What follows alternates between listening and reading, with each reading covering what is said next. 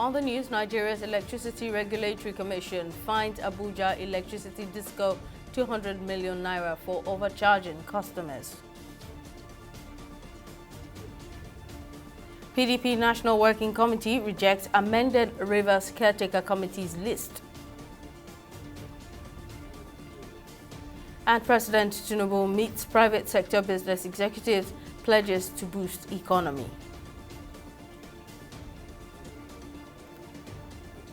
Hello, welcome to News Now on TV 360 Nigeria. I'm Simisola Atikun. The Nigerian Electricity Regulatory Commission (NERC) has levied a 200 million naira fine on the Abuja Electricity Distribution Company (AEDC) following complaints of unauthorized tariff increases.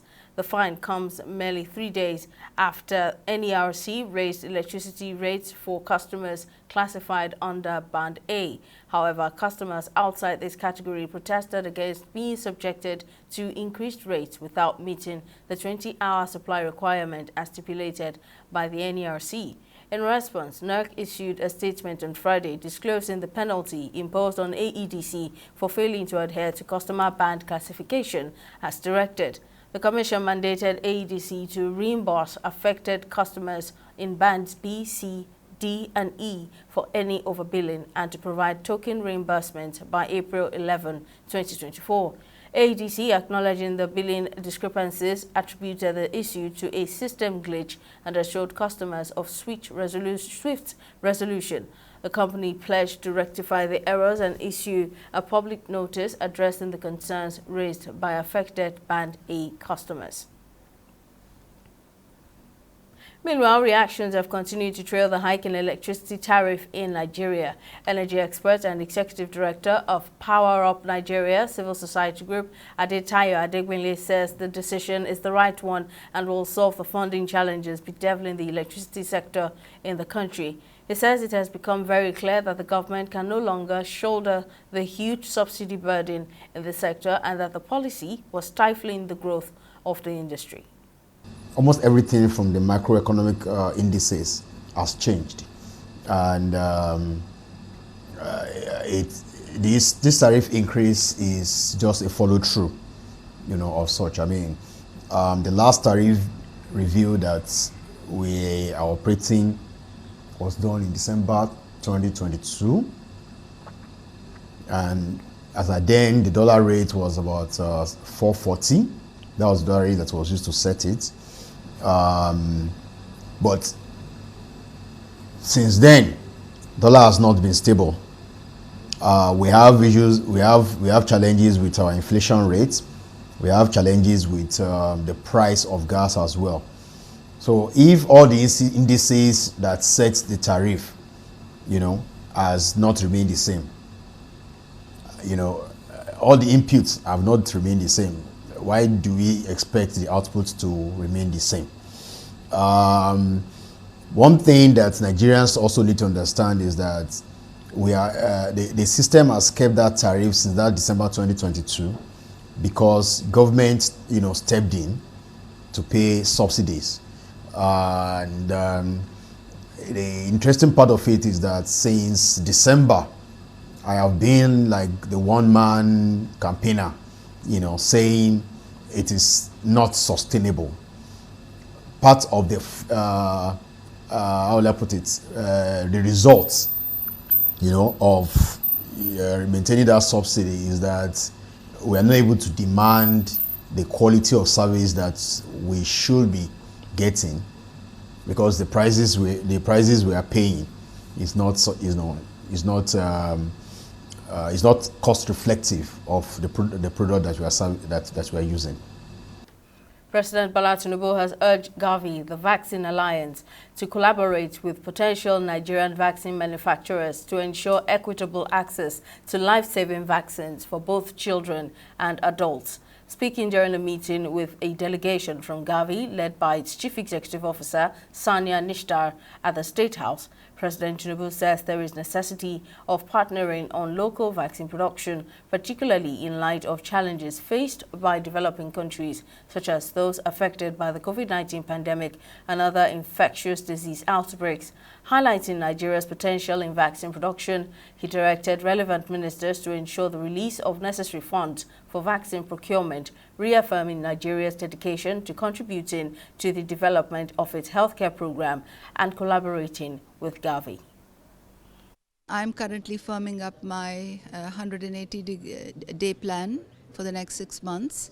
So it was important for me to meet the Minister of Health to get his perspective on how he was planning operations in his country, what his priorities were for addressing zero-dose children, what his priorities were for ramping up routine immunization. We are rolling out a number of important vaccines in the country, and I want to review the plans. So I wanted to get a sense of where the country stood before I firmed up my plans. In addition, a very important event is forthcoming on June the 20th, which is the launch of the African Vaccine Manufacturing Accelerator, as well as the launch of the Gavi's investment case for the next 5 years. Nigeria will be a very important partner at the table. So I wanted to bring this attention to His Excellency the President himself, and wanted to reinforce an invitation that was sent to his office earlier requesting for his participation. This conversation that we have just had with Mr. President reaffirmed the alignment in our direction between what the President is directing us as part of his renewed hope agenda to do, to ensure that no child is left behind, to deliver the miracle of vaccines to all our children and all those who need them across their life course, and to also look at how we can begin to get on the path to manufacturing our vaccines over time and strengthen our healthcare system, the primary healthcare system. You know, the President has been very committed, has unveiled the Health Sector Renewal Investment Initiative, the sector-wide approach, the compact with the state governments, and immunization is a key tracer. It's almost a proxy of performance of any health system. So coming out of this meeting, we are doubling our commitment to ensure that no child is left behind, and that the protection that vaccines offer reach to every child, whether in poor families or wealthier families, whether in urban centers or rural centers, and that it's not only about the vaccines, but it's also about vaccination, making sure that we reach them, we identify them. Earlier, I spoke with Stephen Olorunsusi, Director, My Paddy Pharmacy, on the domestic production of vaccines.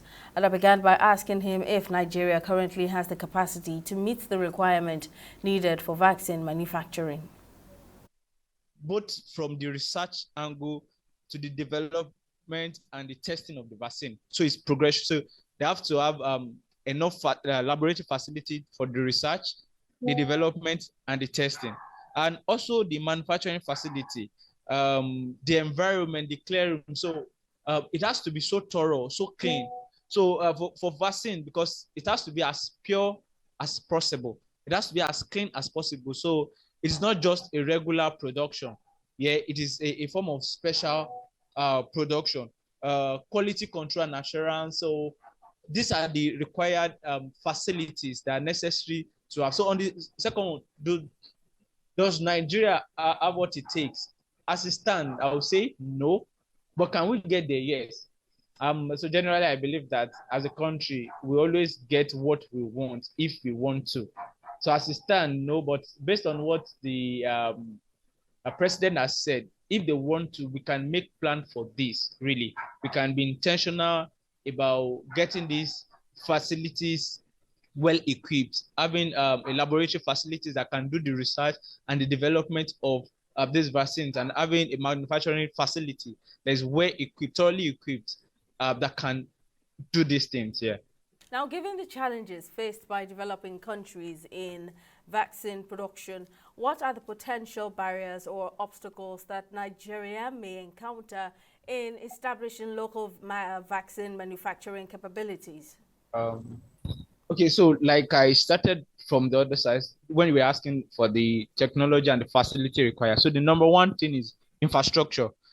Yeah, so as a country, we are poor in that end. So for vaccine, there is a temperature that the vaccine has to be, and has to be in that temperature until it is used. Not at any time can you go off. I mean, and for as a country, we are lacking in that regard. For a while now, the light has been terrible around my area, and I believe it's so for most Nigerians. So we cannot at this stage decide to go into vaccine. We don't have that enough infrastructure, particularly in area of power, in area of facilities, laboratory, so to speak, and manufacturing facilities and equipment. So I think infrastructure is a big one, number one big one, particularly light, because we can't talk of production of vaccines without talking about power. It has to be kept at a particular temperature, right from the process to the production to the usage eventually. Even throughout the supply chain, if it is transported, whatever the case may be, it has to be kept. But these days we see that many hospitals, clinics, labs, and even community outlets, they are struggling with sustaining because let me add the economy to it. So you have to buy fuel, amount of how much you're spending on fuel, on diesel is so high that you're looking at, do I go off power for a while? So all of these things is a big issue. So infrastructure is one. Then technical expertise. An average Nigerian, particularly the medical personnel, wants to leave the country. Let me tell you the fact. Well, that was Stephen Oronsushi, Director, My Paddy Pharmacy, speaking on the feasibility of Nigeria starting local vaccine production. President Bola Tinubu has pledged to intensify engagement with business leaders while reiterating his administration's unwavering dedication to bolster the economy. Tinubu made the pledge when he addressed members of the Nigerian business community during an iftar gathering in Abuja. Our correspondent Chidi Igwe has more on the story. In March 2024, President Bola Tinubu established the Presidential Economic Coordination Council, comprising of Vice President Kashim Shettima, 18 ministers, and influential private sector figures charged with fostering collaboration and coherence in economic decision-making. The President also instituted an Economic Management Team Emergency Task Force to formulate and execute comprehensive emergency economic strategies to address pressing challenges. While addressing members of the Nigerian business community at the iftar gathering, Minister of Economy Wale Edun affirmed that both the PECC and the EET, in conjunction with the private sector representatives, are poised to synergize efforts. There's an emergency task force made up of the President's economic team, plus the subnationals, the governors, the representatives of the Governors Forum, plus you, the private sector, working non-stop to turn out a plan that will, over the next 6 months, implement measures for the social sector, for you businesses, so that you can get past this difficult stage and start growing again. And of course, in order to keep the faith and do our own bit, the government sector has increased revenue by digitization and application of technology. It has cut expenditure by revamping the process of payments. Minister of Budget and Economic Planning, Atiku Bagudu, who also addressed the audience, says there is a need for the government to receive unwavering support from private sector's entity to recalibrate and realign the nation's trajectory. Occasionally, we will encounter hiccups, but that's life. We will overcome them. We have encountered hiccups, maybe the worst ones in the last few months, but we are on our way to a plan-based governance led by Mr. President, with initiatives designed to quickly and urgently support manufacturing, support agriculture, support mining, support creative arts and economy, blue economy, all those areas where, given the right attention that they are getting now, can absorb hundreds of billions of dollars of investment and support our quest for double-digit growth. On their part, The business owners commend President Bola Tinubu's efforts to revitalize the economy and pledge their support for his administration's initiatives. We can start to make suggestions that will make our country better. You have the good thing in your mind and heart. You're trying, but suggestions can lead to wonderful, things that happen. Because Nigerians are very intelligent people. If you leave them, they do what they like. And that's what you've noticed. If you hold them, show them the way, they do the right things. So I thank you for what you're doing. And I want to say on behalf of all of us, we are ready because we have seen light at the end of the tunnel. With Ahmed Tinubu, I believe that Nigeria will be great. All of us will give him support. We are not talking about politics anymore. What we are talking is to support Nigeria, support the government, so that the government can achieve good for everybody. If everything they good for everybody, everybody will be happy. Our children will grow. Things will go well, the way he's following it. Through these initiatives, the federal government says the Bola Tinubu-led administration recognizes the importance of private sector partnership in addressing economic issues and fostering growth. Chidi Igwe, TV360 News, Lagos. Rivers State Governor Siminalayi Fubara has issued a clarification regarding the alleged amended list of caretaker committee members of the People's Democratic Party. Speaking after a meeting with the National Working Committee at the PDP National Secretariat in Abuja, Governor Fubara, through his Chief Press Secretary Nelson Chukwudi, said the NWC has rejected the purported amended list circulated on social media and appearing in some national newspapers. He reiterated that the decisions taken during the previous meeting involving the NWC, the Board of Trustees and the PDP Governors Forum in Abuja in March remained valid. He says the party's position is that the executive officers whose tenures ended in March will continue in their respective roles until the NWC approved 3-month extension period, which expires and new congresses are conducted. A federal high court in Lagos has set April 9, 2024 as the date for the sentencing of popular cross-dresser and social media personality Idris Okun, who also known as Bobrisky. This decision follows Bobrisky's guilty plea to a 4-count charge of naira abuse brought against him by the Economic and Financial Crimes Commission, EFCC. During the court proceedings, Justice Abimbola Awoboro reserved the sentencing date after Bobrisky admitted guilt to the charges. The judge ordered that Bobrisky be remanded in EFCC custody pending his sentencing. However, Bobrisky's lawyer requested a non-custodial sentence and an option of a fine, citing his client's status as a first-time offender and his commitment to reform. Idris is a first offender, and by the relevant provisions of Administration of Criminal Justice Act, the court will not impose maximum punishment to her.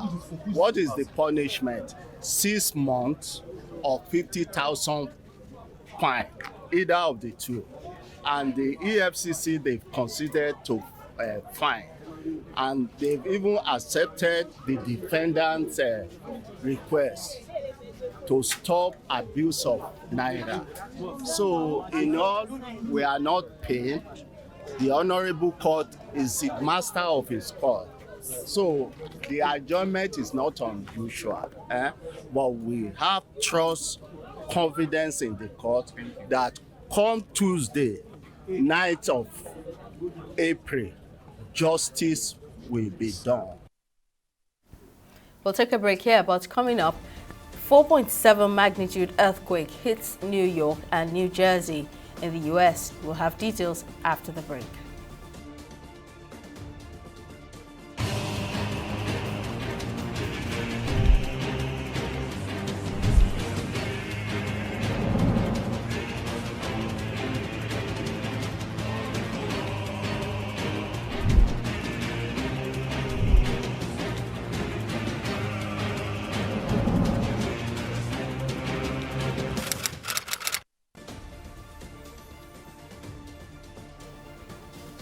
Welcome back. Let's take you through our top stories. Nigeria's Electricity Regulatory Commission has fined the Abuja Electricity Distribution Company 200 million naira for unauthorized tariff increases following complaints. The fine follows recent tariff hikes for Band A customers, leading to protests from those outside the category. NERC mandates Abuja Electricity Distribution Company to reimburse affected customers and provide token refunds by April 11, 2024. We also told you that Rivers State Governor Siminalayi Fubara has clarified the alleged amended list of PDP caretaker committee members following a meeting with the National Working Committee at the PDP National Secretariat Abuja. The governor rejected the purported list circulating on social media and in national newspapers, saying that the decisions made in the previous meeting involving the NWC, BOT and PDP Governors Forum in March stands. Now, in case you missed any of our news bulletins or for more updates, you can catch us on Lime Export TV and AVO TV or log on to our website on www.tv360nigeria.com. You can also follow us on our social media platforms on Twitter, Instagram and YouTube at TV360 Nigeria, or download our mobile app on Google Play Store, Huawei App Gallery and Apple Store. On Facebook, we're at TV360 Online.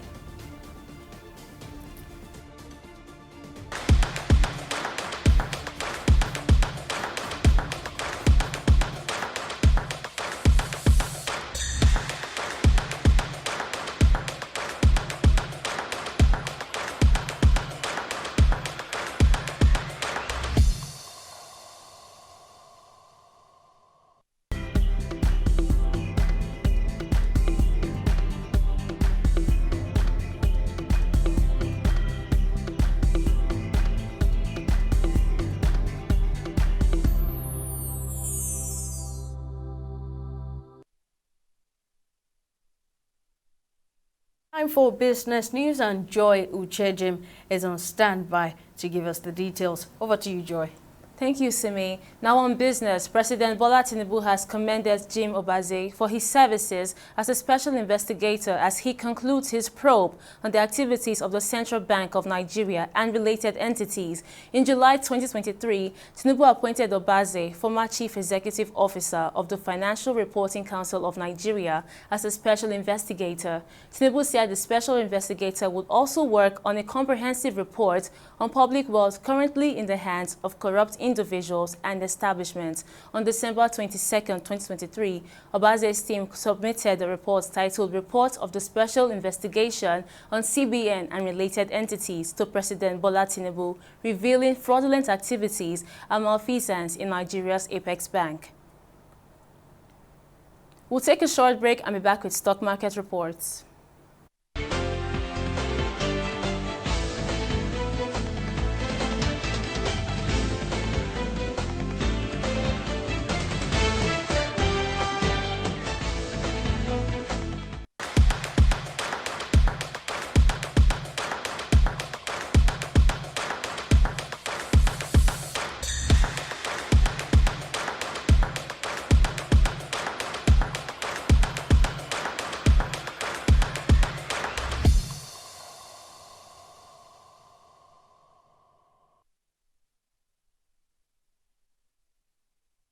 Glad to have you back. Now, it's been a week of bearish trade for the local bourse, with the NGX maintaining its stay in the red zone, reducing by 0.29%. Now, the market breadth also sustained losses, ending with 16 gainers and 30 losers. Now, Computer Warehouse Group led the list of decliners with an end-of-day price depreciation of 10% at 6 naira 75 kobo per share, followed by Secure Electronic Technology at 0.58 naira after opening the day at 0.64 naira. Now, at the end of the last weekday of trading, a total of 1.822 billion volumes of shares were exchanged in 8,527 deals with a value of 16.842 billion naira. Now, let's switch to our select global stocks. Now, trading was not good for UK's FTSE and Japan's Nikkei, which took a plunge and, of course, ended in the bears at 0.81% and 1.96% respectively. However, the US Dow Jones managed to stay above water, maintaining its bullish trend at 0.96%. Now, that's it on both business and stock market report. Back to you, Simi, for the rest of the news. Thank you very much, Joy, for that update. And on the foreign scene on Friday, a 4.8 magnitude earthquake struck the northeastern United States, causing brief tremors in several states, including New Jersey, New York City, and Pennsylvania, as reported by the U.S. Geological Survey. The earthquake's epicenter was located about 7 kilometers north to northeast of White House Station, New Jersey, which is roughly 40 miles west of New York City.